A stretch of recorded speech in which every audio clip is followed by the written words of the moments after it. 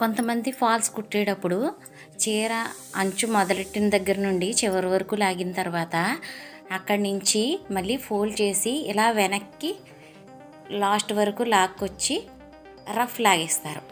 ఆ విధంగా కుట్టేటప్పుడు చీర మొత్తం నలిగిపోతుంది.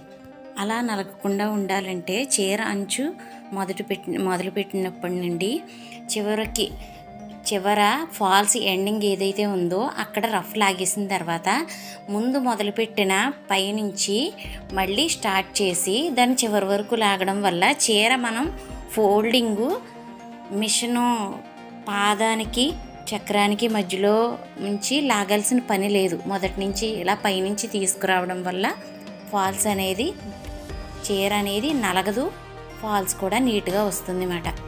ఒకసారి ట్రై చేసి చూడండి.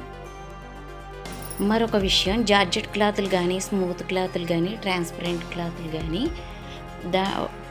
క్లాత్కి సంబంధించిన చీరలకి ఫాల్స్ వేసేటప్పుడు మనకి ఉగ్గు కట్ట వచ్చేస్తుంది కదా, అటువంటి చీరలకి ఫాల్ అనేది పైనుంచి వేయడం వల్ల మనకి ముడతలు ఎక్కడైతే పడుతున్నాయో అవి సరిచేసుకుంటూ కుట్టే అవకాశం ఉంటుంది. దీనికి సంబంధించిన మ్యాటర్ మరొక వీడియోలో షేర్ చేస్తాను. Please subscribe my channel.